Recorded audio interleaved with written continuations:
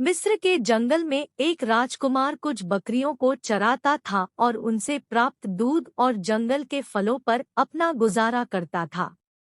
वह एक सामान्य इंसान की तरह रहते थे। वह ज्यादातर समय रूखा सूखा भोजन करते थे। वह अपनी प्रजा की सेवा और भगवान की याद में समय बिताते थे। उनके सदाचारपूर्ण आचरण की चर्चा पूरे राज्य में थी।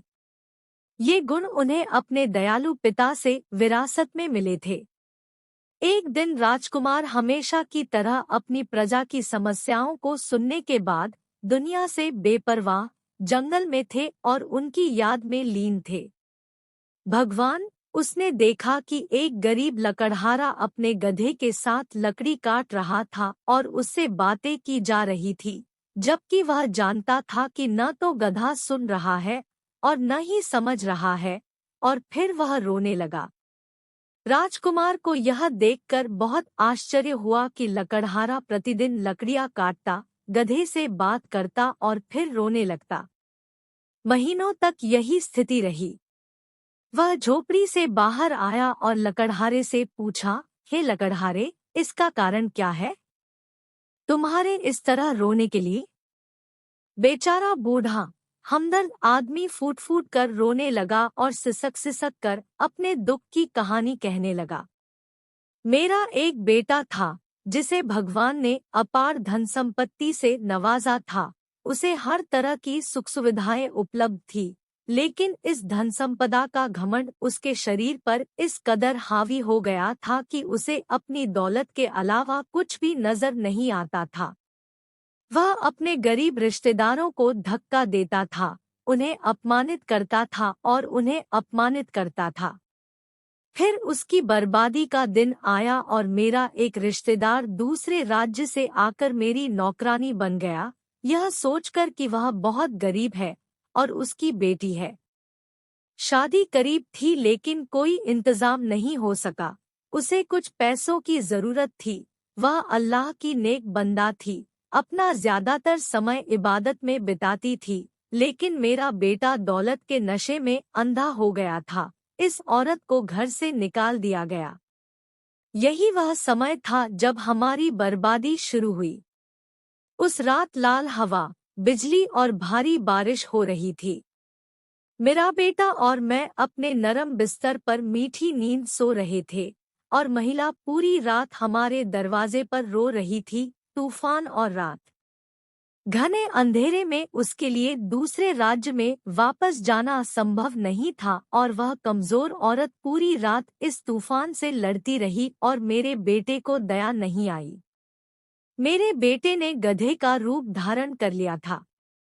बिजली गिरने से घर का सारा सामान जलकर राख हो गया, सब कुछ बर्बाद हो गया। इस सब में मेरी गलती यह है कि मैंने अपने बेटे को घमंडी और अभिमानी होने से नहीं रोका और नहीं रोका। बुराई की ओर बढ़ने वाले किसी भी कदम को रोके। और अब पता चला कि मैं जंगल से लकड़ी काटता हूँ और उसे बेचने के लिए अपने बेटे पर लाद कर ले जाता हूँ, और हम पिता और पुत्र इसी तरह रहते हैं।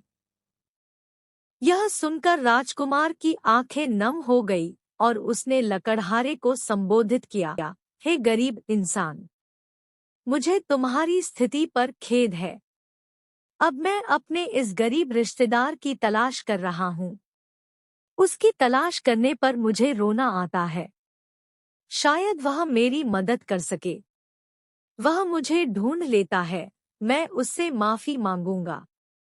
शायद मेरे पापों का प्रायश्चित हो जाए, परंतु अफसोस, वे मुझे कहीं नहीं मिल रहे। इतना कहकर लकड़हारा रोने लगा। शहजादे ने अपने आंसू पोंछते हुए कहा, तो फिर अल्लाह से अपने पापों की क्षमा मांग लो। वह बड़ा दयालु है, वह तुम्हें क्षमा करता है, वह तुम्हें क्षमा करेगा। कोई न कोई तुम्हें इस स्त्री के पास लाने का अवश्य कारण बनाएगा। वह बहुत दयालु है। वह अपने दासों पर अत्याचार नहीं करता। अचानक दूर से घोड़े की टापों की आवाज सुनाई दी। एक खूबसूरत राजकुमारी एक खूबसूरत सफेद घोड़े पर सवार थी। राजकुमार ने शहदी को बूढ़े की राम कहानी सुनाई। राजकुमारी की आंखों में आंसू आ गए और वह घोड़े से उतर गई और लकड़हारे से बोली, मैं वही लड़की हूँ जिसकी माँ प्रश्नकर्ता बनकर तुम्हारे द्वार पर आया करती थी। लेकिन हे दुष्ट, तुम्हारे घमंडी बेटे ने इस अच्छी औरत की जान ले ली। पूरी रात वह भारी बारिश में तुम्हारे दरवाजे पर खड़ी रही, तूफान से लड़ती रही, ताकि तुम्हें दया आ जाए। अंत में बूढ़ी आत्मा ठंड सहन नहीं कर सकी भारी बारिश की बूंदें और दुनिया छोड़कर चली गई।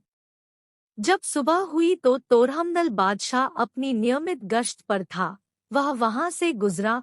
जब वह मेरी माँ को घर लाया तो मेरी माँ का शव देखकर मेरे पैरों के नीचे से जमीन निकल गई। अब मेरी मदद करने वाला कोई नहीं था। यह सब देखकर राजा बहुत परेशान हुआ। आखिरकार वह मुझे अपने साथ ले जाने को तैयार हो गया। मैं कुछ समय तक उसके महल में रही और उसने मेरे लिए एक अच्छी लड़की ढूंढी और अपने बेटे से मेरी शादी कर दी। तुमने मेरी खातिर अपना जीवन बलिदान कर दिया और इसके लिए प्रभु ने मुझ दीन को फर्श से उठाकर सिंहासन पर बिठाया और इस अच्छे राजकुमार के साथ मेरा विवाह कर दिया, जो इस समय आपके सामने खड़ा है। और अपने अहंकारी पुत्र के कर्मों से आप अर्श से फर्श पर आ गए। भगवान की शक्ति देखकर लकड़हारा लज्जा के मारे जमीन खोद रहा था और रो रो कर राजकुमारी से क्षमा मांगने लगा। राजकुमारी बहुत दयालु थी। उसका हृदय लकड़हारे के आंसुओं से भर गया और उसने उसे माफ कर दिया। वह अपने घर लौट आया, मूल स्वरूप धारण कर भगवान के सामने साष्टांग प्रणाम किया और राजकुमारी से माफी भी मांगी। राजकुमारी ने भी उसे माफ कर दिया। अंततः दोनों पिता पुत्र अपनी कुटिया की ओर चले गए।